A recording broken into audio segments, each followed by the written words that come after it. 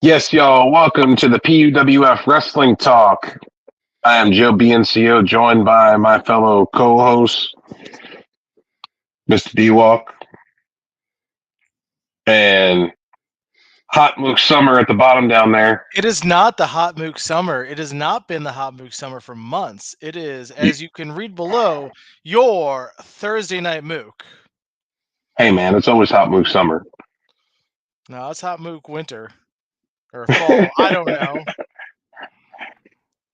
Yeah, the Invisible Man is in the background somewhere helping us out. And then we have our other partner who is not here at the time. Shout out to Kane the Destroyer. Love you, brother. Get better. We'll talk to you later. But we are here to talk about wrestling, fellas. Let's talk about some dynamite. Invisible Man, let's talk about match number 1. What? Yeah. All right, we had a street fight between the BCC, Wheeler Yuta, and John Moxley versus Hook and Pockets, leading up to the collision they're going to have at the pay-per-view with Pockets and Moxley for the International Championship. I thought it was a pretty good match. I'm going to go into more detail about it, but how did you guys feel about the match overall? I enjoyed the match. I had a lot of fun with it. It was nice seeing Hook up against John Moxley and against Wheeler Yuta. It was really nice that you had those moments where Orange Cassidy was telling the story of him being injured and having to conquer John Moxley again, but also being taken out long enough from the match for Hook to shine. We now know, sure, Hook may not be able to beat John Moxley right now, but he can get a chokehold on a sleeper hold on him, and John Moxley does not want it to happen because he knows how dangerous it can be. And I thought that was really good storytelling. I agree. D-Walk, how do you feel about the match? I love the match. The match was dope. It was entertaining. Everybody got their shit in. I liked it. I don't know. My favorite part of the match was, the fact that Pockets lost, so that's always a plus. Damn right. The zip tie that they call it, pin. I think that's what they call it, correct, Book? Yeah. Zip tie. I believe so, yeah. It is not, ladies and gentlemen. It's called the seatbelt, which Wheeler Yuta is mocking Pockets with not Pockets. Orange Cassidy with the mousetrap. Now You had it right the first time, Pockets. fuck you, no, I did not. Ladies and gentlemen, make sure to hit that like, subscribe, and comment. Welcome to the P.U.W.F, which is the podcast for underappreciated wrestling fans. Pre-plug. Now, my thoughts on this match are as follows. I think Pockets is going to turn evil, and I think Pockets is going to win. I keep saying Pockets. Damn you, Joe. I think Pockets is going to win against Moxley, against the International Championship, but by cheating. He never cheats. I don't think it's going to happen that way. I think that's going to be I think it's going to be a swerve. I think it's going to be another angle. I feel like Hook is going to turn on Pockets and join the BCC. Not this soon. Not this soon. Not this soon, exactly. I think he will after he sees that Pockets turns evil. Because again, Pocket's a cool dude. He's laid back, but once he actually thinks about cheating and actually does it, that's the bad thing you got to worry about, ladies and gentlemen. That's the bad thing. Because then Mox is like, "You didn't win," and he'll just say, "I don't care, I won." Listen, when he hit him with that Superman punch, which was one of the best orange punch, Superman punch, same thing. When he hit him with that orange punch, and that was one of the best orange punches I've seen him hit, like the cleanest, nicest orange punch I've seen him hit, and he hit him flush. and Moxley just stood there looking at him like he was stupid. Yeah, that was a good punch. Everyone in And comment the said it. face he Good gave punch. Moxley when he hit him with it, like, what the fuck just happened? And then he got, apparently. Starting to break up there a little bit, Joe. Yeah, so I bring up Joe a little bit. He'll come back in a second. And that's when he was outside the ring after the loss, just staring at his fist like, you betrayed me, you let me down. Like his orange has no more juice. Well, Sorry, we'll see. I said it's like his orange has no more juice. There we go. You were a little choppy in the beginning. You left for a second. But no, you're right. And at the end, we see Moxley tells him that, I'm coming after the International Championship. He throws the mic at Orange. Orange is defeated. Hook is gone.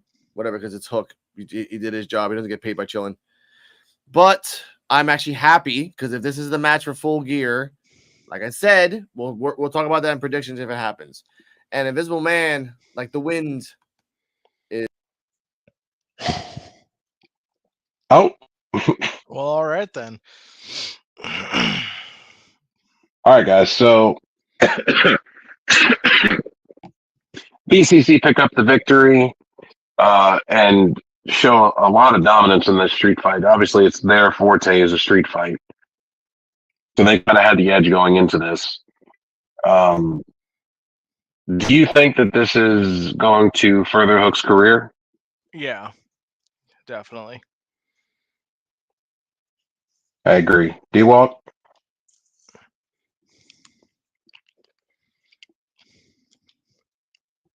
D-Walk?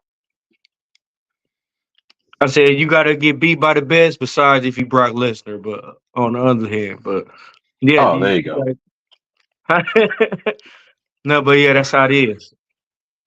Got to get beat by the best to learn. All right. All right.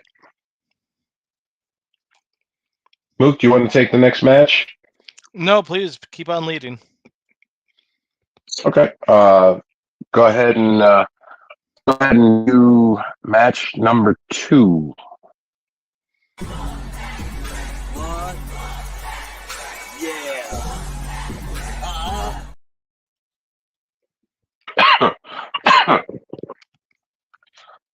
Sorry, my notes are glitching at the moment. Technology is not working with me today, folks. All right. Let's talk about the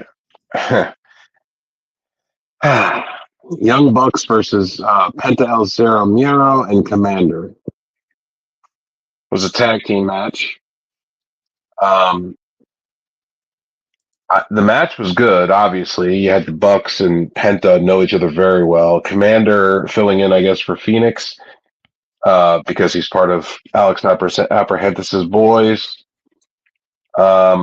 He was a good fill-in, and they did some spectacular moves in the ring.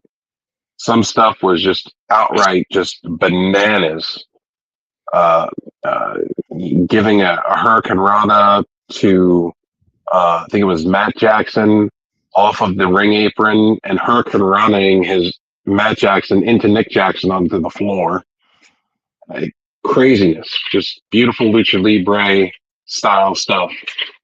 And it was nice to see that type of wrestling. I haven't seen it in a little while. And they kind of went all out like it was a pay-per-view. And it was really nice to see that. But in the end, we got to see a little bit of Young Bucks heel action with the low blow and mocking Chris Jericho with the Judas effect, followed by the VTE trigger to get the victory. How do you guys feel about the match, and how do you guys feel about the heel spin for the Bucks?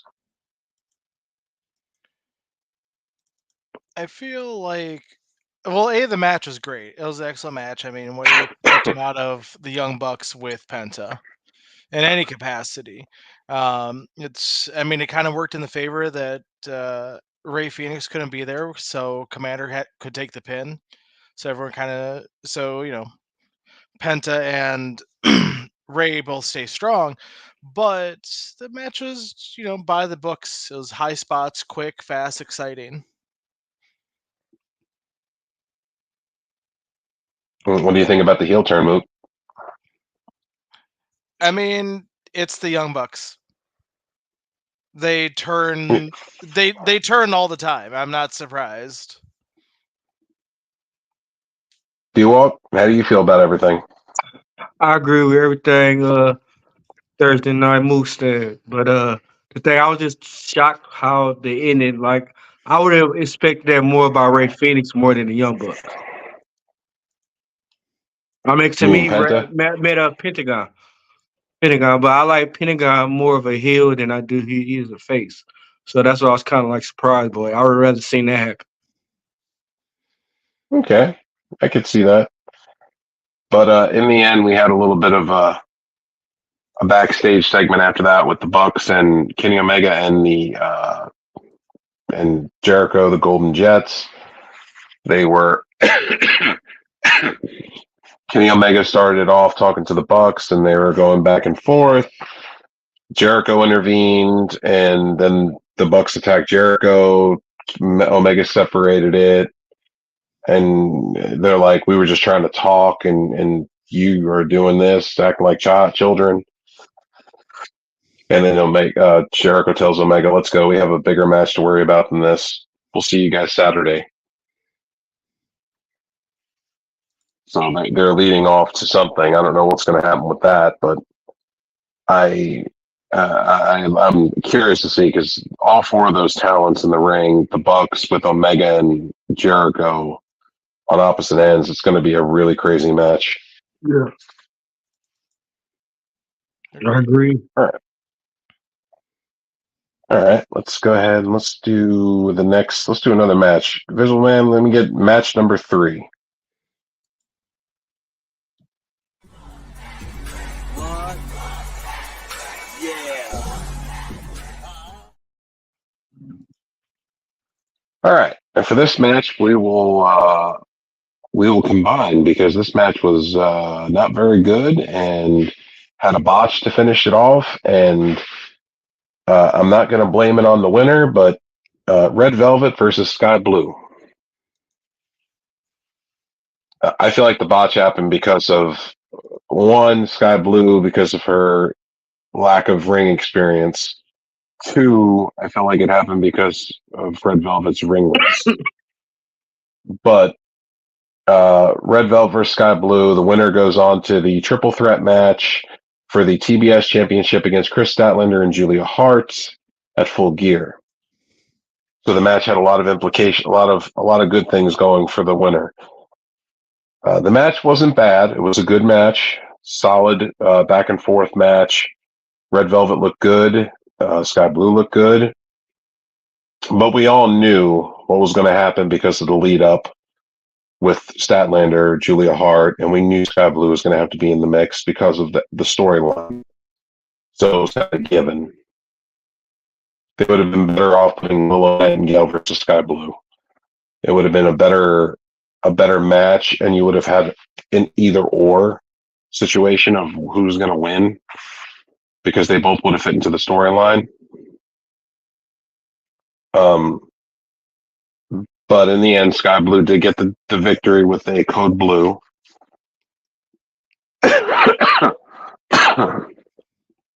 Securing her spot in the final place in the triple threat women's match for the TBS championship at the pay-per-view. What did y'all think of the match?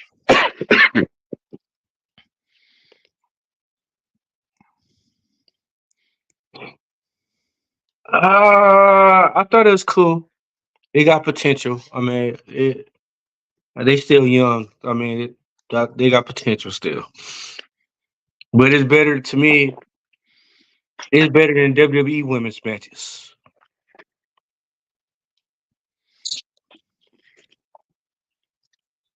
Point taken. Thursday Night Mook? It isn't what I'd call the best women's match I've seen on Dynamite. It was okay. I mean, Kind of like mid card. It was definitely mid card, especially with the factors you described. I mean, if this was a match between two active women's wrestlers who had more experience and haven't been have that ring rust, this would have been a terrible match. But all things considered, it was okay. It was mid. Yeah, I mean, the only I- person really into the storyline is Sky Blue. yeah. Right. I don't know why. It just felt like there was a lot of cutting back to Chris Statlander doing the side angle TV watch, which is one of my least favorite wrestling tropes, actually. Yeah, they've been doing that a lot. It also was Julia Hart doing the same thing. Yeah, but that was only after the match, as I recall. I don't know. I don't know what's going to happen with that. I feel like they're both going to miss Statlander or something, and it's going to If they don't miss something each weird's going to other, happen. if they don't missed each other, I would be upset. Black and blue mist. It's going to look like I a don't car know. wreck. I take a pretty. My stance on the whole mist thing is I'm really just kind of tired of magical bullshit. Yeah. Like, I guess if there's not too much of it, because it feels like the misty and bullshit's all on these one. I don't know. It feels weird without having the House of Black. I don't know. It's 1990s mood all over again. Sure, I mean, but don't they also have someone misting in the WWE too? Still, I don't know. Nakamura was the last one that did it, but he did it. He did it, I think, during the Muda match. I think he misted Muda Okay.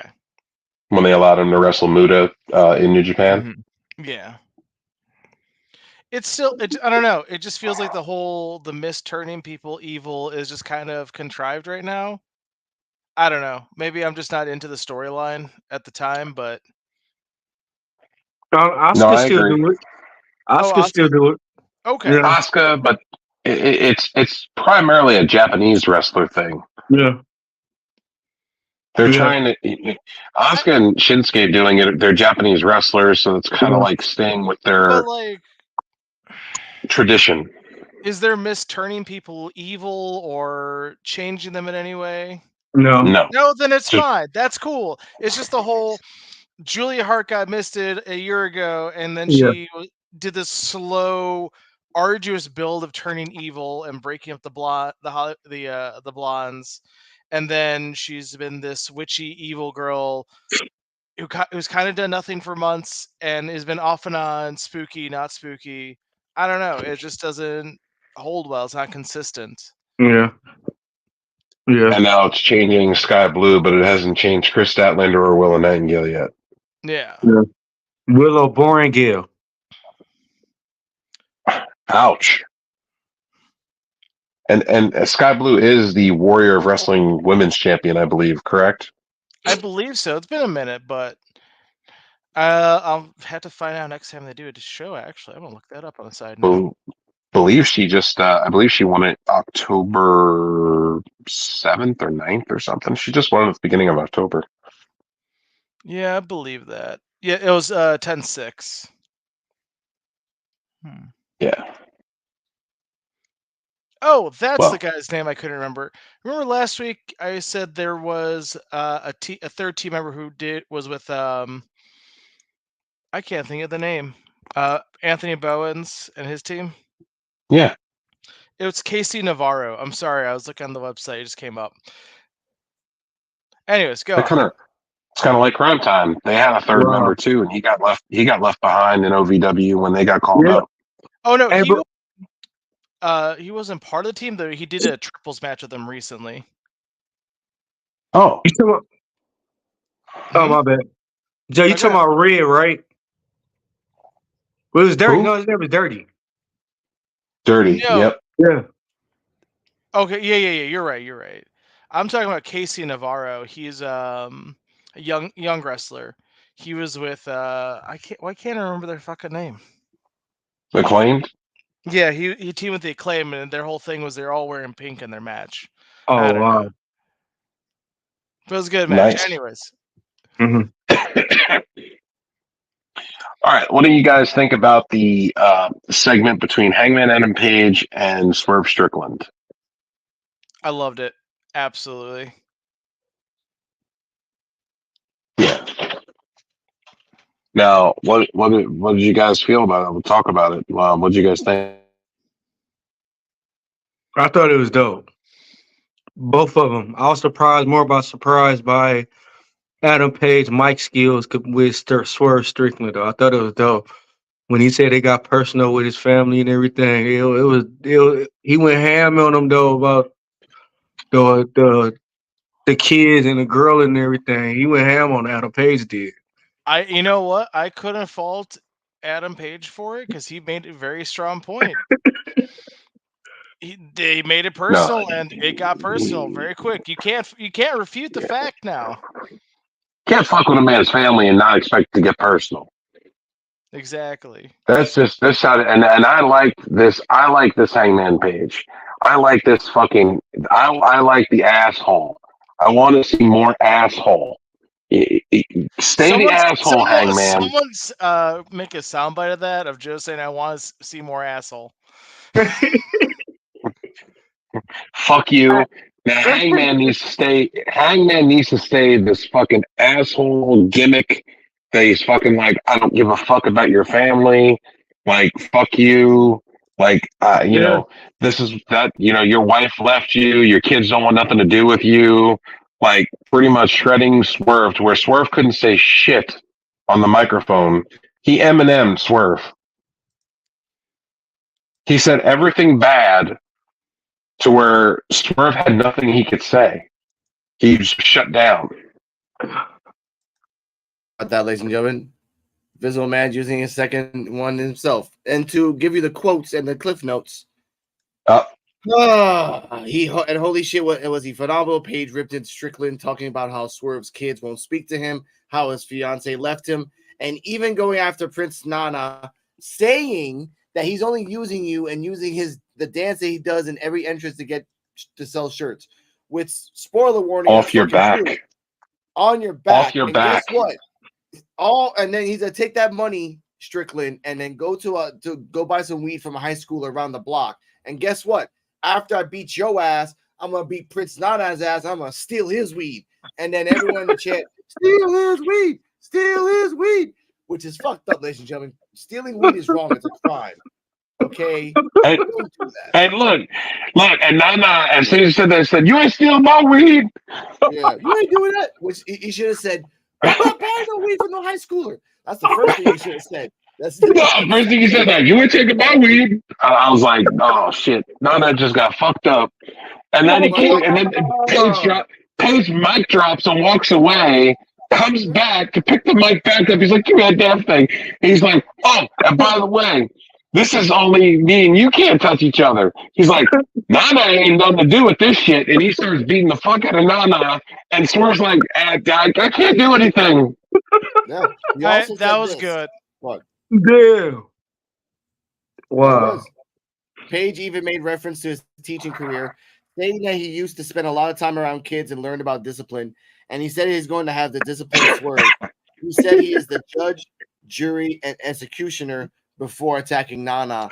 And if he slow-mo the camera, he stole his weed from the pocket, bro. No one saw that. No one saw that, but we all knew what happened. He stole it. He's like, give me that shit. I'll give it. It was almost perfect. It was almost perfect. Nana's high school weed. Go on, Tim. If he had said the judge, jury, and hangman, it would have been a perfect 10 out of 10 for me.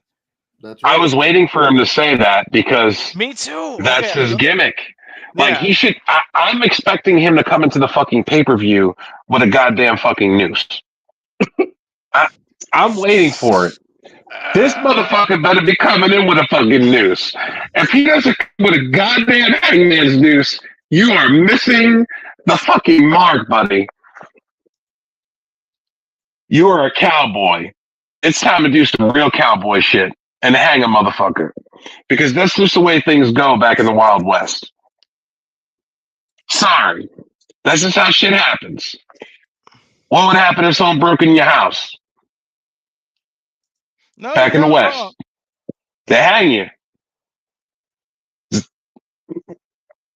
And what is his name? Hangman Adam Page. Start hanging motherfuckers. Be ruthless. Hurt people. Stop fucking caring about the goddamn fans and just start fucking thinking about what's going to make you over. Because that's what's going to matter. Being a fucking Mark fan guy is not going to get you over all the time. You're not fucking John Cena. You're not The Rock. Be you. I'm shocked. And your gimmick is something that should be something that is of an asshole. So do it.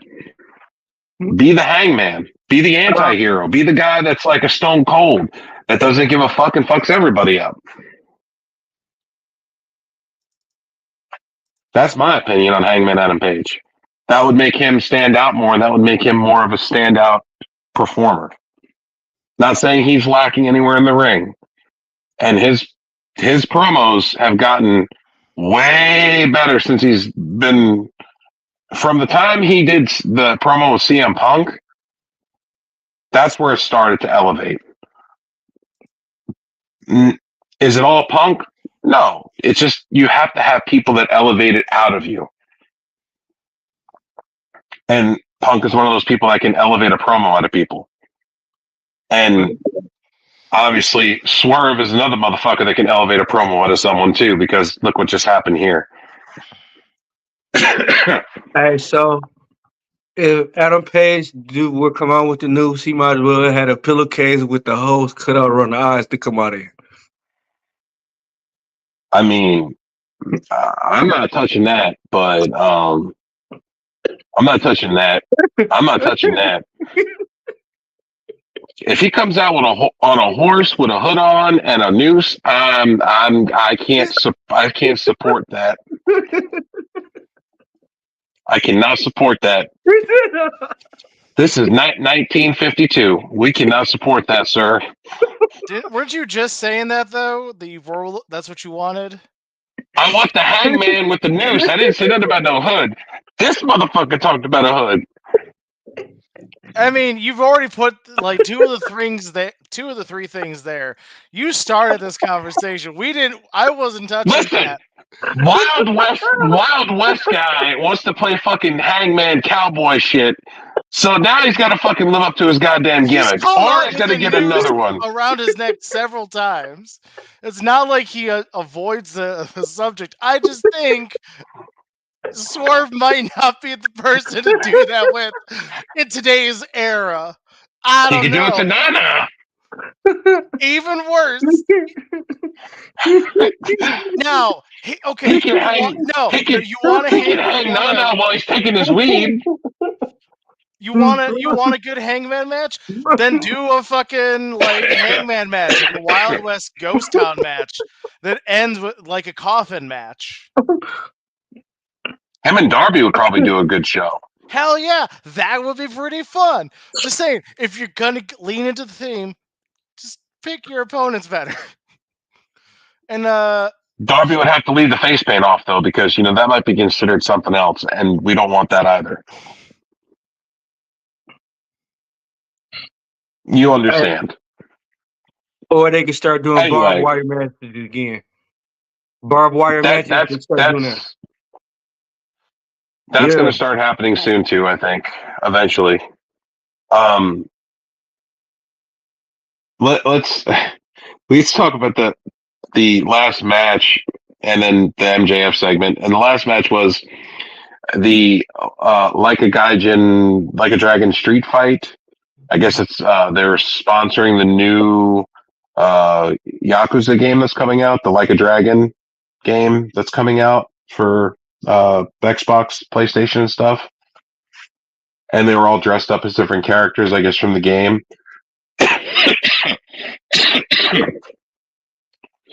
And we had Jericho, Paul White, Kenny Omega, and Kota Ibushi on one side versus Brian Cage, Powerhouse Hobbs, reunited again since Team Taz. And they did talk about that.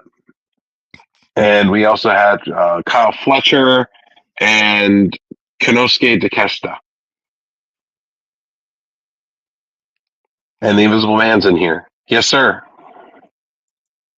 Second. Now I came back because this Well, match is nuts. And I say this nuts. match was. Listen, this is the first and only time I've seen a motherfucker take a brainbuster on a goddamn bicycle. That's I- fine. That's on a- fine. That's on a like 10 Bushi speed. and DDT, bro. That's like peanut butter and pickles for his Bro. ass. That's just weird, but it works. My DVR, because I had it on my DVR watching it, my DVR fucking froze when that shit happened. Like, right as the brainbuster happened and to catch the kid up, like, my fucking shit, like, glitched. Okay. My shit went out because of that shit. I know, but let me just say this real quick. And for everybody who's watching, I think all of us are going to have mixed opinions about this match. But I'm going to say for me, this was a very weird roller coaster of emotions of a match in the sense that it was weird, cool, stupid, funny, crazy, holy shit, and then satisfying in a weird way. Joe, if you want to say some highlights of it. By the way, shout out to Paul White. He's still wrestling and he's still going, so good for you. You know, get that money. Yeah. Powerhouse Hobbs body slamming him on a car off of the top of that thing. On a car. Which, by the way, Yeah. shout out to Powerhouse Hobbs. He has basically almost perfected the world's strongest slam. Wow. The way he does it now, the way he does it is very beautiful because he kind of picks you up into himself and then slams you straight down 90 degrees. There is no angle. He almost cradles you like a pillow. Yeah. Wow. Yeah, exactly. Exactly. But remember, when Mark Henry used to do it, he's a big ass guy. He's like, I'm just going to fall on you. That was the trick of mine. Oh, there we go. Boom. But Hobbs has kind of perfected it where he angles you at the right angle straight down and then slams you like a hammer to a piece of metal, which I do like that. But continue with the match. Wow. Match was all over the fucking place. This match was there was weapons. There was Chinese food signs. Yeah, you said you're talking about Ibushi? Yeah. Yes. When he was riding down the bike smiling with the lead pipe. Yeah, I was like, what is this motherfucker doing? I was like, what is this, a confetti cannon? What the hell is he riding down on a bicycle? Yeah, because and he's like, that's what they do out there? Yes. You never seen a ride DDT bicycles? Match? They oh my god, one day we're gonna review a DDT match, ladies and gentlemen. It's the most stupid, it's like Jackass with wrestling, but to the extreme. Okay. That's what this was. Nah. No, if this was a DDT match, it was like on a scale of 1 to 10, this was a 3. There was no Jesus inflatable Christ. dolls. There was no people there was no naked people inside of a tub. There was they gotta be PG. They're on live TV. All right. You laughing, but that shit really happens. That shit really happens. Over in China and Japan, they really don't have no fucking filters for their TV. It's like whatever they want to put on there. It's like, boop, there you go. Mm-hmm. Canada too. Yeah, somewhat Canada. But let's continue on. I know that Brian Cage superplexed. I think it was superplexed Kenny into 2 tables. Kenny fucked up his hand with the bottle. Kyle Fletcher taking out Kota Ibushi with the fucking tombstone through the Chinese food sign that was surrounded by like 18 chairs or whatever the fuck it was, and hitting dead center in the middle. Yep. It looked like Kota Ibushi was dead. Kyle Fletcher looked like he was fucking dead, and he hit the move. I was like, top of the head. what the fuck just happened here? I was like, who the fuck signed off on that spot? Who okayed that? Yeah. That's not safe. That is true. Like parts that I did like but did not like. Hobbs was portrayed as a monster, but then you had to duct tape the guy, duct tape his mouth, hit him with every single weapon that you had under the damn thing, like pressing the right trigger on a PlayStation game so many times, and it's just a fucking unlimited. And then you bust a bottle over his head. And it was believable until the end of the match when they showed Hobbs poke, like he had one eye open to see what was happening. I was like, dude, no, you're supposed to be dead. Don't do that. Don't do that, dumbass. And then they cut the camera real quick. So other than that, and the fact that the golden trigger was back, and Kenny promo wise has lost 3 pay-per-views in a row, and he won this one with Jericho. And now it leads to Jericho and Kenny versus the Young Bucks. Winner gets that number 1 contender tag title match. Yes. At the same time, we tend to forget that the Gun Club, with their 50 Cent knockoff entrance now, is on the rise. I have to put that out there because AEW is highlighting them for a reason. They don't do that for fun. They do that for reasons. But that's because they're part of the Bullet Club, and Bullet Club is being highlighted at the moment. Yeah, I just don't. But I was going to talk about this Red Velvet and Sky Blue as well. I hope Chris Statlander keeps the belt, but I also hope that BMAC's special case, that giant Greek woman that's coming in I think a month. I forgot what her name was.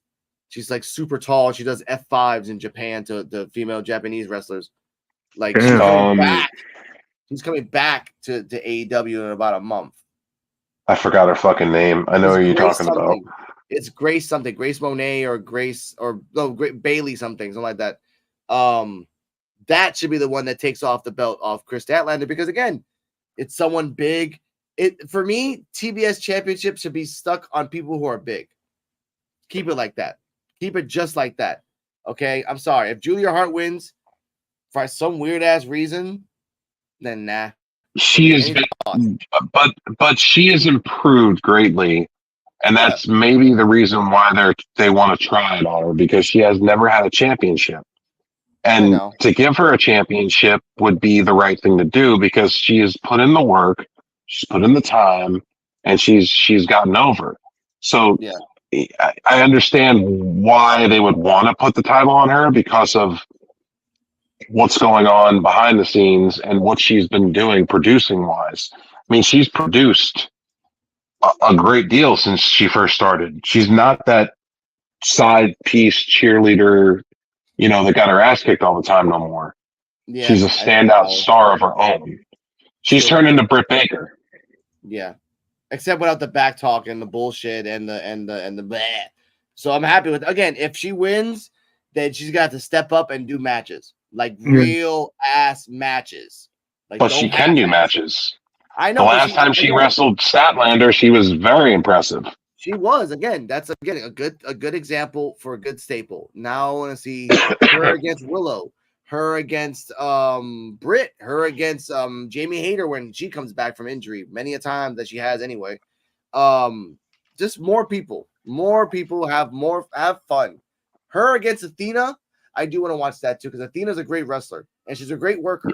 So I'm curious why they haven't had Athena on any of the AEW programming, even though she's the ROH Women's Champion. Because they're focusing more on ROH stuff. I've been watching it from behind the scenes. Like they're focusing more on women's. That again, they're not really trying as much with women's wrestling in ROH, but they're putting it out there. So that's something. You got to give it that. Women's of Wrestling, that's an actual show. I don't hear that shit that much, but continue, Joe. So the street fight was just, it was crazy. Like I said, there was so many spots, so many things, Chinese food signs everywhere that people were beating people up with. There was a barbed wire bat at one point that came out. There was a pallet, like it looked like a Pepsi pallet. Mm. It was like blue, one of them hard plastic ones. Yep. That someone took a double suplex onto. I think it was forgot who took the suplex. I know who gave it. It was Brian Cage and Kyle Fletcher that double suplexed. It was Omega. Omega took it. Yeah. They double suplexed Omega onto it. Yeah, I saw that spot. So that was again, Kenny is just busting his ass for the last 6 months since he did back. He's not even a champion anymore. He fucked up the bottle spot the first time and it fucking cut his hand open. Yeah, that's why he was bleeding everywhere.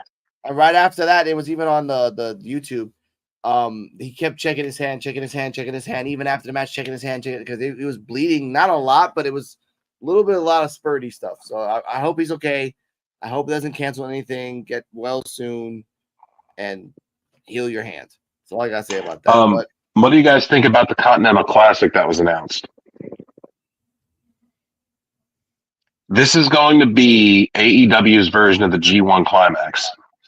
Oh, that's what that is. Oh, I thought it was just another. Yes. Oh, we're It's a gonna do no, another no, no, big no, no. This is a round robin tournament, sir. 12 Ooh. superstars. They're going to have 3 blocks, 2 or 3 blocks of superstars, and everybody in that block will be facing each other at least one time.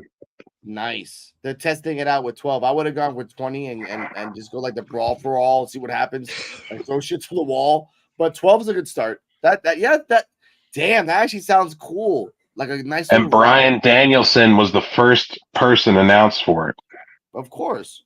And you can get because yes, he's been wanting to do a G1 Climax, and I guess this is Tony Khan's way of giving it to him, even though he hasn't been able to do it. This is Tony Khan's way of saying thank you to him. And bring wrestlers from Japan, bring wrestlers from Mexico, bring wrestlers from bring wrestlers all over the world. You got 12 We don't know wrestlers. who it's going to be. You can get 6 in-house and 6 special wrestlers, which is cool. I hope so. What they're going to do is they're going to do matches on every show throughout the week, leading all the way up to the main climax of it at the Worlds Collide pay-per-view at the end of December. Okay, they're just doing this now. And then the winner will be crowned at the Worlds Collide climax in December. Okay. Which will be a triple threat between the winners of all 3 blocks. Yeah, it makes sense. Whoever has the most things. And again, people, this is we'll cover it, ladies and gentlemen. That'll be really interesting because again, people can cheat.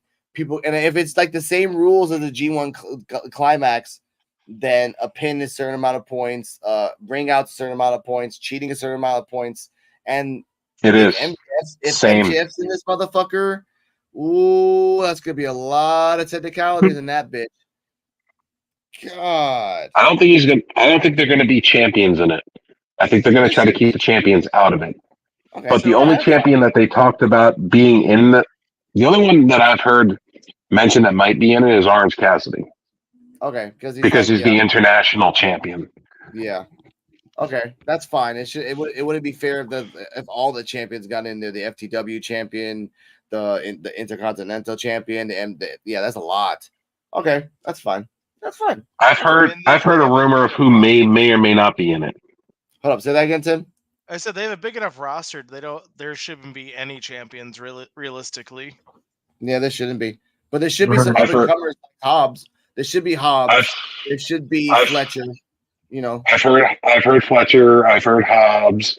I've heard Moxley. I've heard Cash Wheeler. Commander in that one too. He's got a signed contract. I've heard of another person I heard of was Shibata. Ooh, that's a good one. That's a good one. I told you, I bring someone Japanese that's used to this.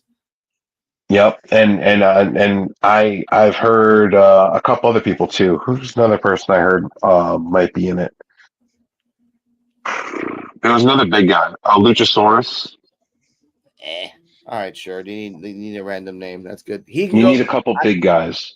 But that right there is a good setup match for Shibata and or Luchasaurus because they can have a classic right there. I hope. I'm predicting. I don't know. I hope they start off with those two first, as in Luchasaurus versus Shibata. The guy can go. Luchasaurus has only been a bodyguard for so long. Hell, Christian Cage can be in that tournament too, and he can slide his way to the final.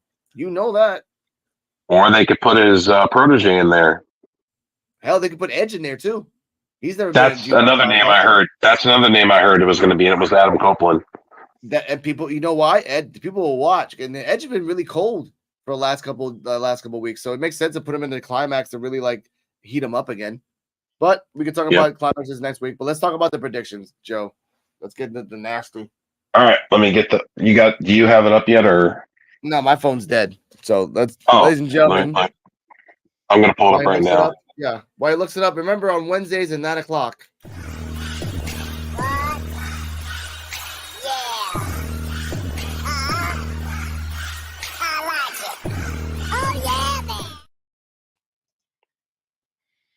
Oh yeah! All right, I'm pulling it up now. Thank you. Da-da-da-da-da. All right, so we're gonna have the 0 hour. 0 hour is going to condense of the ROH Tag Team Championship match between MJF and To Be Determined versus the Guns of Bullet Club Gold. Okay. Who you got? Tim? Repeat the match one more time. Maxwell Jacob Friedman and a To Be Determined partner versus the Guns of the Bullet Club Gold for the ROH Tag Team Championships. You know what? I think the Guns. I told you. I told you with that They're- 50 Cent fucking intro. I told They're you. big. No, they're and booking. They're booking them strong as shit. They're giving them these one fucking 5-second matches Yep. weekly. well, okay. MJF should not hold 2 titles. Is the big takeaway from it? The Guns, they have the Bullet Club. They can run with that title. They can get off of AEW television, go strictly onto ROH, and in ROH they hold the title, which is a good for them to become, learn to become champions. But then they also put the presence of the Bullet Club there. Here's my take on the whole thing. And my take on the whole thing is that I feel Samoa Joe is going to be MJF's partner. I feel Samoa Joe is going to fuck MJF or MJF's going to fuck Samoa Joe one way or another and going to cost the match. And the Guns are going to take the belts. And it's going to make you think that MJF's going to lose the title in the main event. Because of that, it's going to be a swerve. And I feel like they're going to do that on purpose. Also, so he doesn't have to have 2 titles because Adam Cole's hurt. Yeah. Which will cause further dissension between him and Adam Cole. Okay. I'll give you that. It sucks, but I'll give you that. You know why? Because the only people that watch the ROH Tag Team Championships are because of MJF. So if you take it off MJF, we're going to see what's going to happen next. So the Guns better hold their asses hard to make sure they win. All right. They're doing good with Bullet Club Gold. They've been phenomenal when they've been with the group. They realize that if you put a team with a big-ass team, they might grow. Yeah. It happens. Exactly. Next up. P.U.W.F? Nothing? I think it's gonna be some way or form MJF will keep them tag titles. There's something crazy gonna happen. It's gonna be a little twist. Somebody you don't expect or didn't see coming where he go team up with him.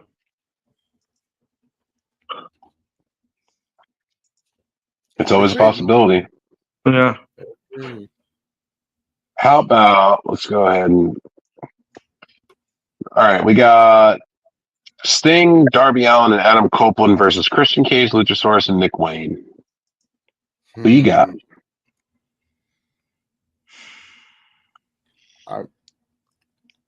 It tells you a lot when no one wants to say anything. It tells you a lot right there, man. You know I gotta roll with the Stinger, baby. You know, nobody wants to say it's not going to be Sting because everybody's like, it's Sting and Darby and they don't lose tag matches. Mm-hmm. And it's Edge. And that's just putting Edge with that group is just like saying, you just give them the fucking match. Why are we even booking this? But then you look at the other side and you have Christian Cage and you're like, are they really going to let Christian Cage lose? But it's like, it's not a title match. So why not? You know, it could be a one big movement where it's going to come down to like Edge and Christian.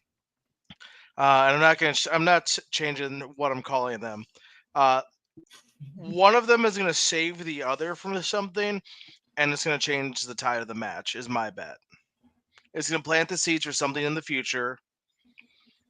Because I think we're going to work towards one big tag team classic.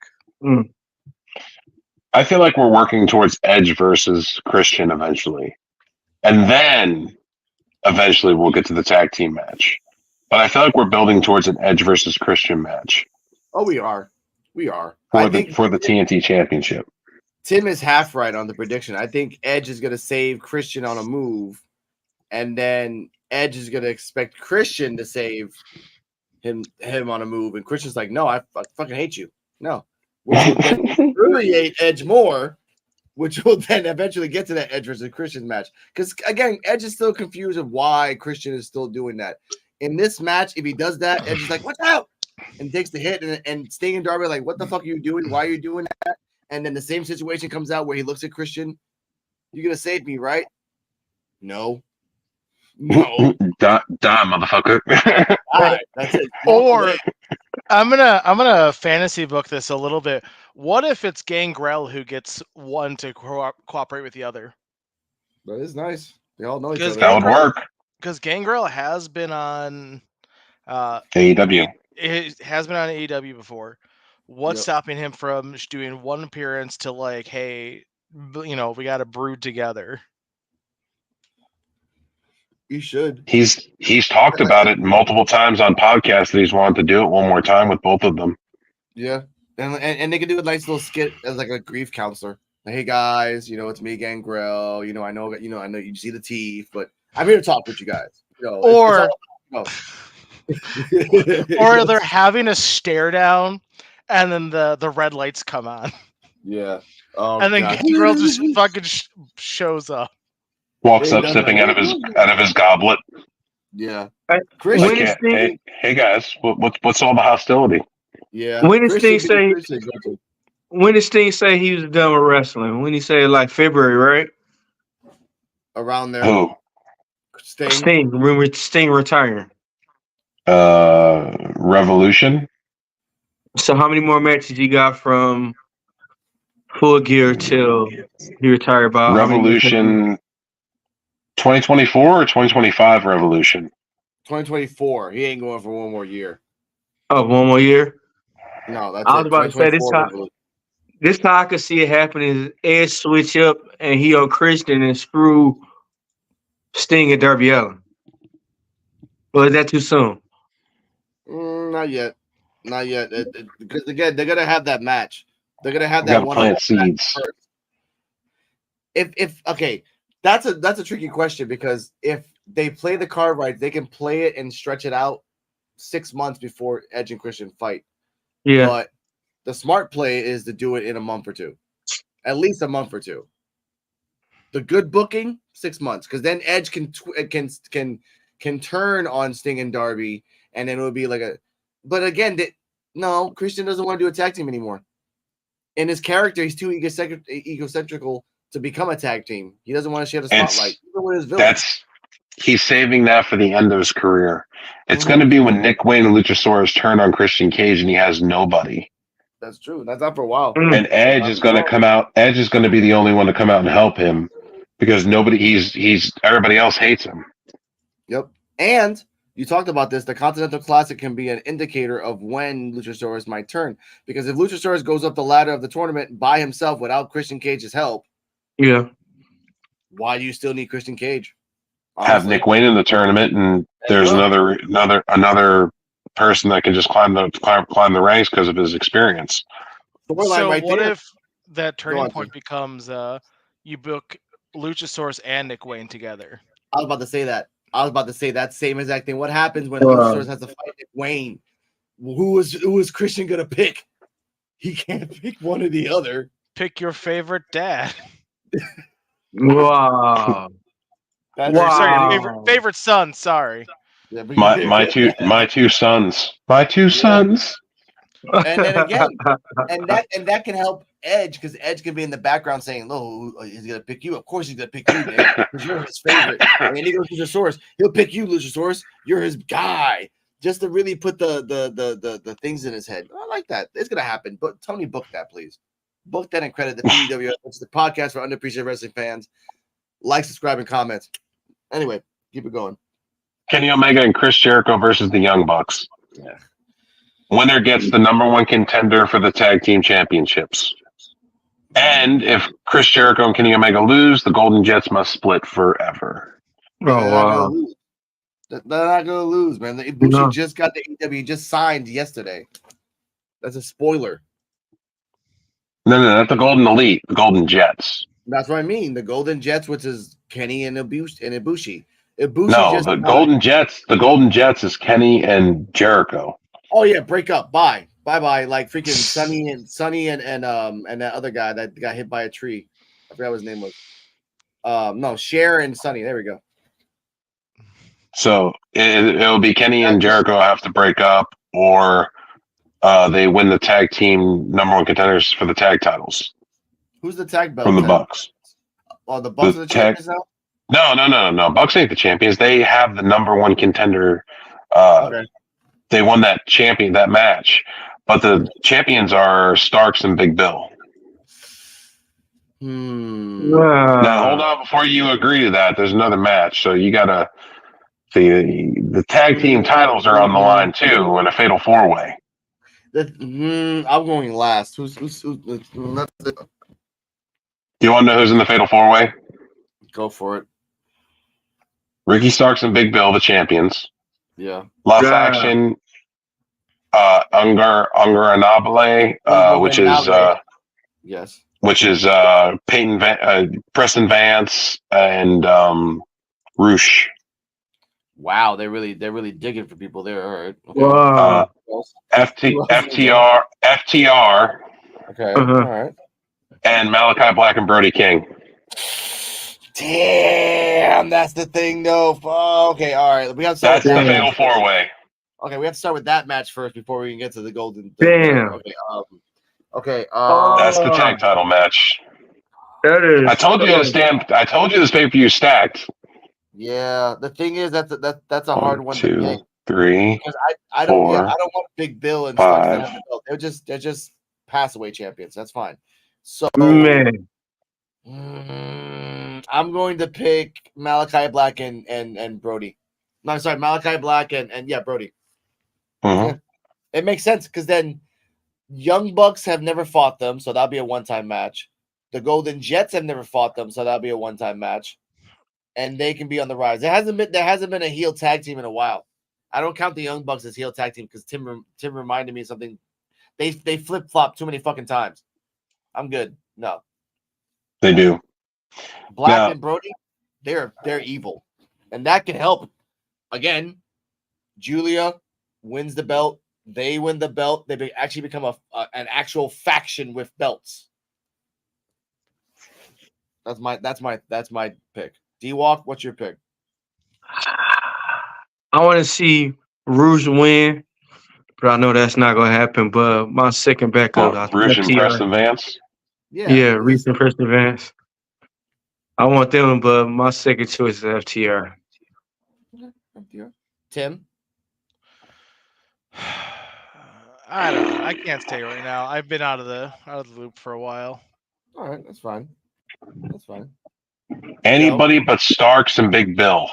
Yeah, anybody. Because you got FTR. Anybody. You got Black Good and God. Brody, and then you got, and you can call them LFG. Look, LIG. So LIG, FTR or Black and Brody. Now, La Faction Inc. Integral, no, whatever. Ignorables. LFI. There you go. Now that could be also Rush's brother too, who is very good. And I forget his name. Masked wrestler.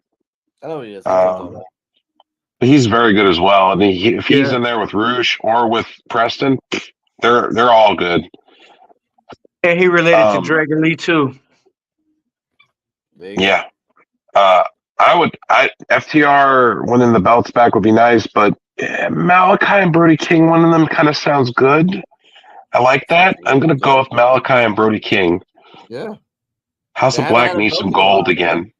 They haven't had belts. They had the trios belts, but that's it. They lost them to the Acclaim. That was the last time they've had belts. It's been a couple months. Yeah. Have they really been on TV that much? Who, House of Black? Not as much. Yeah. Not as much. Not since they lost. Recently, in the past month, yes. Because they've been coming back attacking people. Okay. Yeah, they have. That's true. They've randomly been attacking people for no weird reason. And they're promoting more Julia as well. So they must be pushing a storyline in order for it to work. They've been hella attacking FTR Yeah. So and LFI. So there you go. So I would say Black and Brody win, and then from that I would say Young Bucks win. That's it. Young Bucks beat Black and Brody that quickly? No. Young Bucks go against Black and Brody and lose. Oh. As I said, they win, and then they fight Young Bucks. Young Bucks lose. And if they win the belts, they're gonna have the belts for at least 6 months. So I'm happy with that. All these tag teams coming out. That's what I mean. Black and Brody win, then Young Bucks. But if they don't win, I think FTR, and then it would just be FTR and the Golden Jets, whatever. Which would be fine. Kenny Omega and Jericho versus FTR would be a great match. Yeah, sure. Just I'd rather see LFI, or it could be LFI versus Kenny and Jericho. Yeah, I just don't want to see Starks and Big Bill, and that's sad to say. Yeah, honestly, I don't. It's because they're not really a tag. They're not really a tag team. And on top of that, Starks is better by himself. Big Bill's better by himself. This just works better alone. Rock 2.0. Yeah, that hurt him too. That hurt that promo hurt him so bad, and he is just like, I'm screwed after this shit. So get out of the tag team belts. Get your rise up again, because honestly, you did not think straight. God. He's waiting for 2024 to leave. Yes, he's waiting for 2020 to leave and up into the 2030s. That's what he needs, just the odds. All right, he needs 2024 because his contract's up and he's going to try to go to WWE. He's going to try, but he needs to save himself in a month from that damn promo. WWE wants him. That's the problem. Yeah, he can't. We talked about this. He can't go back to NWA. He can't. So let's try the Texas Death Match between Swerve Strickland and Hangman. Now the real question is, how long this damn match is going to be? That's 5 minutes. I'm 25 to 30 minutes. I'll give you 30 with the entrances. Yeah. Okay, because then Nana's gonna go real slow with his dance. And wait. Sorry. Nana's gonna try to do his damn dance, and Swerve is gonna stop him. And then Swerve's going to the fucking ring. So because of that, 23 to 24 minutes tops. And just mostly outside, inside, bloody, blah blah blah, and all that stuff. Nana and Swerve are gonna come out first. Yes. Nana's going to start doing the dance, and out of nowhere, Hangman Adam Page is going to clobber them the fuck both with like a fucking bat or some shit, and start beating the crap out of Nana, and then pick him up and start dancing with him while he's fucking unconscious. That's crazy. Now, we can break down what the tools are going to happen in this match. We can break down what. Let's talk about the real things here. Who's going to win the match, and if there's going to be interference to help Swerve or to piss off Swerve. Because again, I'm thinking if anybody comes in to help Swerve, Swerve's gonna be freaking pissed. Yeah, absolutely. It's Nana's gonna bring in anyone else in the group just to try. Yep. Hell, it might even be Nana himself. Yep. And it's gonna get in the head of Swerve too. Mm-hmm. There's gonna be a bunch of people to come out and help Swerve. I feel like there's going to be a lot of people to help Swerve. I don't feel like there's going to be hardly anyone to help Hangman. No one's going to help Hangman. That's exactly about it. Keith Lee might. Didn't Swerve win the first time? Didn't Swerve just won the last time they wrestled? Yep. Yes. Paige gonna win. I would think that. Paige gonna win. Promo. I would think that too until Hangman made that fucking promo yesterday. It seems too. It's fucked up. He just buried him vocally, and then on Saturday he beats him. It just seems too messed up. Yeah, but it'd be wrong if they let Strickland win 2 in a row over Paige. They gonna have to make that a rubber match. They got to do a rubber match down the road. True, but maybe they can use this second match as a tainted win, and he can say that like, I won, but I didn't really win. I'm pissed off about that shit. Like again, rubber matches are very cut and dry, but if it's a win that's other guys like I didn't take this seriously, it doesn't count. Yeah. I hope they do that because again, Right. Strickland as a bad guy is kicking ass. Yeah. But Strickland as an in betweener because he doesn't want to be with Nana anymore. Then yes, please, no, thank you. And again, I'm not saying no to Nana. I love that Nana is making his money, and I love Nana is making his fucking shirts and making that dance a fucking viral. I love that shit. But you can only do Listen, that for can't hate on the man for making his dough. No, Just because he likes to dance and make money, what the hell's the problem with that? no problem at all. It's just you hate on the guy to making money off your success and then buying weed off a high school guy in the corner. That's what you get pissed off for. All right, I think he's more mad. I think he's just mad because he ain't sharing. But okay, let's continue on. Okay, I say I think Swerve is gonna win. I got 5 on it. Win. D-Walk, What happened? you said Hangman, right? No, I said I got 5 on it, but he's about the weed part and everything. I know But about that, I but- got it's good. It's gonna be 1-1. Okay, so Hangman, Tim. Mm-hmm. I'm gonna say Hangman. All right, Mr. Joe. I'm gonna go Hangman. All right, fine. I'm the only one that's Swerve. I'll take that shit. All right, next match, sir. Swerve won the last one. I know, but I'm saying this the promo changes the tone for me. Gotta have a rubber match. You know how AEW is, Alex. Come on. I know. Because if you don't, I mean, Hangman needs to stand on his own now that, I don't know. He needs to stand on his own, and losing to Swerve is not going to help him. But then again, I've been wrong before when it comes to Hangman. Yeah, it's been random. Is there a women's match in here? TBS Championship match: Sky Blue, Julia Hart, and Statlander. Okay, I'll start this because it's kind of I think, and again, I like Chris Statlander as a champion, but you don't fight the same person twice in a triple threat in AEW. That seems a little fishy. So Julia Hart for the win, straight up. I'm gonna say Statlander. Okay. Tim says Statlander. Joe. D-Walk. Just say Statlander. All right. Damn. Okay. Joe. I'm gonna go Julia Hart.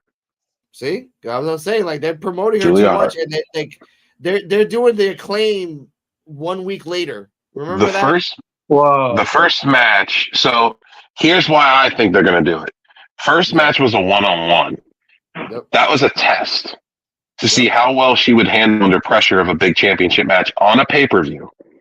Mm-hmm. She performed very well, and she's been holding herself well, and they've been building her up so much. And now they're putting her in a triple threat match for the same title again. And I feel like they're going to do it to where Chris Statlander doesn't need to get pinned to lose the belt. No. So therefore, Chris Statlander doesn't look weak in defeat. Yep. That which helps her. And again, like I said, the Acclaim 1 week later. Like you said, they saw something in her. They waited a little while longer because they probably didn't want to shoot the gun. And Julia and Sky Blue have been training with each other for years. They've been doing this dance for a very long time in the indies, and they're both good. And they're both good together, and they're both good together in a group. Statlander trains with both those people, so this is a good fit. I'm hoping this is like going to a racehorse track, and you kind of feel good today. Like, okay, I did the stats, I did everything else. I think this is going to be the good pick.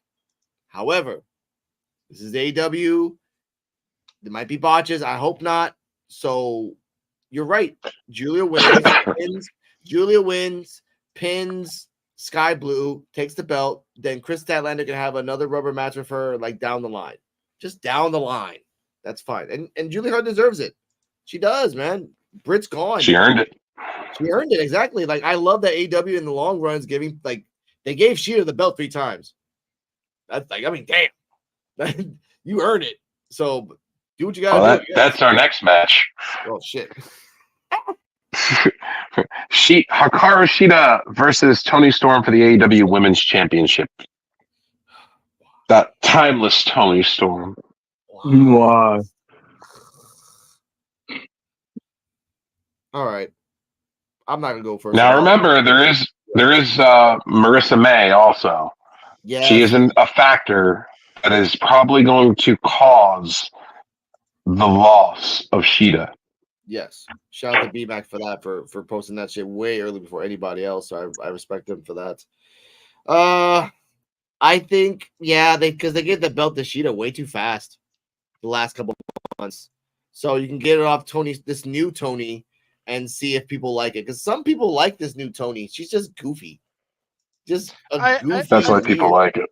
I'm digging it. I'm digging Boring. it. Hold up, Tim. Go on. I said I'm digging it, but I like old movies, so it's fun for me. Yeah, that's what I mean too. Like it's just old. Like, again, it's boring, but it's a different niche, guys. That's why I mean, like, just something different. They're trying different things again. They tried to do the Abaddon Sheeta match again, and that just tells me as much as I love Sheeta, as much as I love Abaddon, she still isn't ready. Still, after 3 No, years. the problem is that, dude, they only bring her in for fucking Halloween matches, and that's becoming a know. bit a bit of an asshole thing. It's like you have this woman under a full-time contract that can go, and you're only bringing her in once a year. Once a year. And she's been losing weight. She's gotten freaking lean. She's been wrestling intergender matches for the last year with big ass motherfuckers. And you won't give her, Mhm. and then again, only time Halloween. Sheeta and Abaddon are Roman Reigns and Bray Wyatt. They will always fight each other for all eternity. At least do it right. Do it right. I think if they do make Julia Hart the champion, they can bring her in for it. Yeah, they could. Not as a win, but at least as a really strong opponent. A strong opponent. Because again, no one Have a tournament. Remember this, Joe. No one has ever pinned Abaddon except for Sheeta. She's only been pinned throughout the last 5 years, like 3 to 4 years, 4 times. That's it. You can have Abaddon be a mystery entrant in a tournament for the TBS championship. Yeah, really? Like, oh, I'm dark. Well, you gotta fight a zombie. Like, deal with that shit, Julia Hart. Like, you got darkness. This girl's crazy, and a zombie, and she fine as hell. Shout out to her Instagram. I just like it. But next match, Orange Cassidy versus John Moxley for the International Championship. let's fucking go. I'm gonna say this right now. Orange Cassidy is gonna win with an illegal roll up, and you know what type of roll up that is with the tights. And that's what it's gonna be. I thought I was going to grab his pockets. No. Like I said, anyone has thoughts on this. Like I said, this is gonna be you know what? How long is this match gonna be? Let's start with that. Because this is good. This is Moxley and Orange Cassidy. He has something. 40 minutes. Damn, this guy's gonna die. Wow. He's gonna die. 40 minutes. Fucking pockets is going to be dead. Yes. Moxley's No, gonna we're gonna see the evolution of Orange Cassidy. He's gonna reach into that pocket and pull out something, and it's gonna surprise even Joe. Yep. You won't surprise me. My man Pockets. The only thing that would surprise me is if he pulls a better gimmick out of there. I don't know. All right. Let's be real though. Like, this is leading up to something. This is not just Moxley leading up to destroy him again. It doesn't make sense. This is Moxley winning his championship back that he never lost. I get that, but burying. Okay, this is why I think Orange Cassidy is going to win. Why would you give Orange Cassidy 30 plus wins in a row? Show that he's been a strong champion. Much you don't like him, Joe, he did the work, just like Jungle Boy did in the beginning. And then take it off Moxley because you want to show a good storyline. Then Moxley gets hurt. You give it back to Orange Cassidy because you realize this guy's a great worker. He's been doing the work. Just for him to get buried by Moxley, that doesn't make any sense. It does make sense. They gave it back to him because Phoenix was hurt. I get that, but it does make sense that Moxley, instead of getting handed the belt, he's going to have to earn it because Orange Cassidy cheats.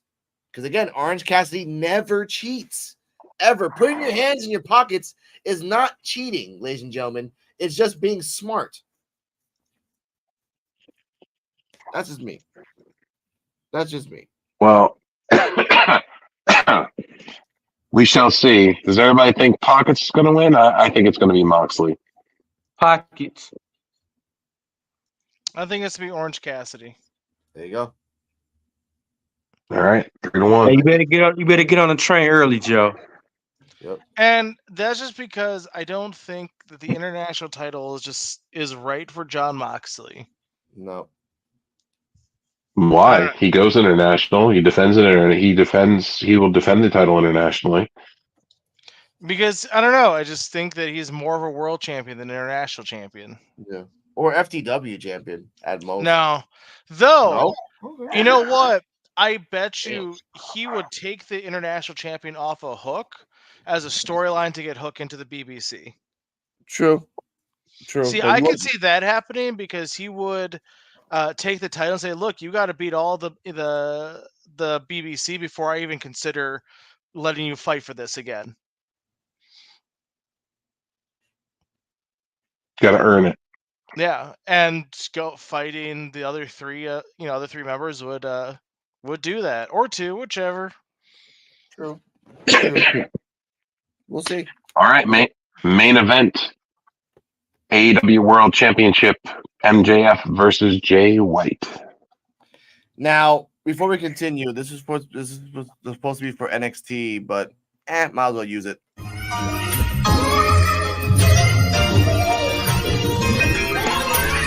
Praying over bricks, blessings on the stove. Praying over bricks, blessings on the stove. All right. Who do we have for the winner of the World Heavyweight Championship match of AEW?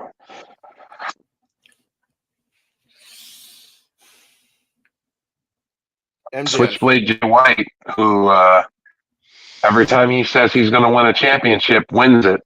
Mm-hmm. I gotta go with my man MJF. I'm going to third that. MJF. Twist, plot hole, crazy, something crazy go happen. Yeah. I feel the same. Something's crazy is going to happen. Oh, wait a minute. Absolutely. No. Yeah, wait a minute. Switchblade. Switchblade. Yeah, because one, we have this devil character that we don't know who it is. Two, we have I'm hurt when it's convenient, Roderick Strong. Three, we have a hurt Adam Cole that can come to ringside and give moral support. And four, we have MJF either being smart and cheating the win or taking that moment that he never does and actually being a good wrestler and doing the high grounds. That's four fucking factors that can pull into the fact that Jay White win. Don't forget we also have Samoa Joe that wants MJF. Yeah. We also have Wardlow that also wants MJF. That has a thing on his arm that's been promoting that shit too as well. But He also grabbed MJF in the back a couple weeks ago and had pinned him against the wall. Yeah. And said, "Don't think I forgot about you." But he can help MJF win and tell MJF, "I helped you win. I want a title shot." And we finally get the title shot that we've been wanting: MJF versus Wardlow. Well, it depends because we're going to get Samoa Joe. We would get Samoa Joe first because if Samoa Joe's picked as the tag partner, he's automatically getting a rematch. That's true. And Samoa Joe versus Wardlow is One guy that we've seen it before. Yeah. I kind of hope they pull the rug and make the tag team partner like Alex Hammerstone That'd be crazy. That would work too. or Yeah, Richard it would Holiday, whichever. Yeah. Any members of the dynasty. Marty Scurll is the devil now. I'd say I put Pac as the devil first. Yeah. Pac is too They must put some freaking giant ass boots on his foot because he's a short ass guy. Pat It's and intentionally stilts. vague. It can be anyone. Could be anyone. Again, Joe is adamant that's Punk above all else. Listen now. It is, What's no, going on? get that shit out of your head. Listen though. How perfect would it be think about it now. How perfect of a fucking swerve would it be, and how fucking pissed off would people be if the devil is CM Punk, and the three people that are attacking everybody with him are FTR and Jungle Boy Jack Perry, and the whole thing was a big fucking work, and they're all laughing at you. I'm not saying words of that. I'm not saying any words because honestly, we're gonna find out on Saturday. Because again, they did tweet that a wrestler's gonna debut, something of the world, blah blah blah, and troll. So we know something's happening on Saturday. That's it. Now, but I think that's going to be Mercedes Monet, though. Yeah, she's still a little hurt though. So remember that. Yeah, but she just posted on her Instagram. She put a video up that said she can't wait to get back in a ring, not NJPW. She said a ring. Now let's talk about that. Let's talk about that real quick and what we think is going to happen. Who is going to be the mystery person debuting, and who do we think the devil is? We already talked about that. Now, if Monet pops out, is she going to pop out to show her face against Julia or show her face against Tony? It would probably be Tony. I wish it would be Julia. Tony doesn't like. You're giving too much light to Tony Storm, bro. You're giving way too much light to Tony Storm. You should give it to the person that's been there since day one, which is Julia Hart. Because again, Mercedes Monet, you were day one. So do it right. I think. I agree with you, and I do agree that they should do that. But this is AEW, and they're going to do things the other way. Trust me. Yeah, they're going to do a Ruby Soho and everything else they've done. You know what's sad? I haven't seen Ruby Soho in a while. All I see is Willow and every. Anyway. She just lost. She lost to Sky Blue, actually. Well, oh, poor Ruby. Ruby, you lost a lot. Anyway, she lost on Collision to Sky Blue, and she lost to Collision. That sucks. All right, I'm gonna stop. So we get copyright. Moot, you kind of slowed down and stopped when I said what I said about the devil and the scenario. You were kind of pondering it there for a second. No, I just zoned out. I just think you're wrong, and I just tuned it out. I'm just thinking of ways that they can fuck people over and swerve with the booking. Yeah, I also think that if it happens, I don't know. I really don't know. It's not in the universe, but fuck that guy. Yeah. Listen, if it happened and you saw CM Punk and Jack Perry on the same page with FTR and they're laughing at you over the whole thing, I'd turn the TV off. Fuck it. I don't need to watch AEW. You'd be heated though. But that's the point. That they would be creating heat, and that is what they want. No, that's heat. bad. That's bad heat. That's X-Pac heat. Yeah. Look, what CM Punk did to the industry, the shit he dragged that company through. Fuck that. Look, just admit he's still number one merch sales for the company he doesn't work for no more. Tell me, Joe, how do you tell someone you don't like AEW without saying you don't like AEW? You pull all this ass backwards shit out every fucking time. I love AEW. And that, ladies and gentlemen, is our Full Gear predictions on AEW. Let's just stop it right there. Final thoughts on this week of wrestling. Let's start with Tim. Or just AEW in general. I like it. It's fun. I enjoy wrestling. That's good.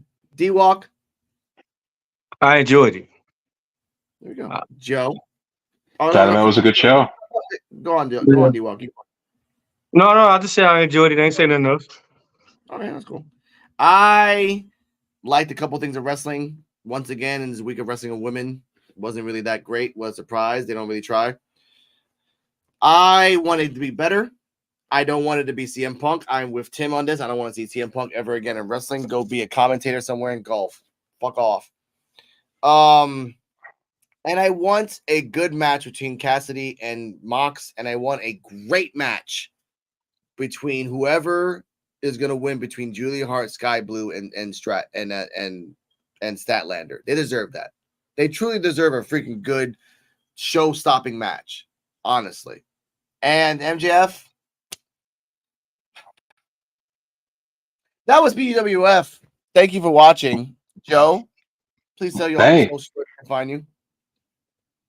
Joe BNCO on YouTube, Instagram. I can't remember them all. I got a Twitter, X, whatever the hell it is now. They changed things so damn much. Oh, Twitter. Yeah, it's called X now. It's not called Twitter no more. Yeah, I know. And then I'm on Twitch, JBNCO835. I'm on Facebook, D-Walk. Snapchat, all that stuff. Yo, All that stuff. Tell me your socials where they can find you, sir. Instagram, Dennis the Menace. Facebook, Dennis Walker. That's all I can think of right now. All right. Everything down below is in the socials, ladies and gentlemen. You can find me on Rican Reactions on YouTube, Twitch, and Twitter. And TikTok. Coquito, How about that? and TikTok as well. You can find me on Alex Coquito and everything else except for YouTube because YouTube removed my channel. Fuck off. And coming soon, Cabaret Coquito, Dr. Roof Sex Talk. Tomorrow, I will be talking with the Krishan the Dawn about Palestine and Hamas, racism, transgender stuff, everything and everything. Why? Good night, everybody. Good night. Good night. Good night.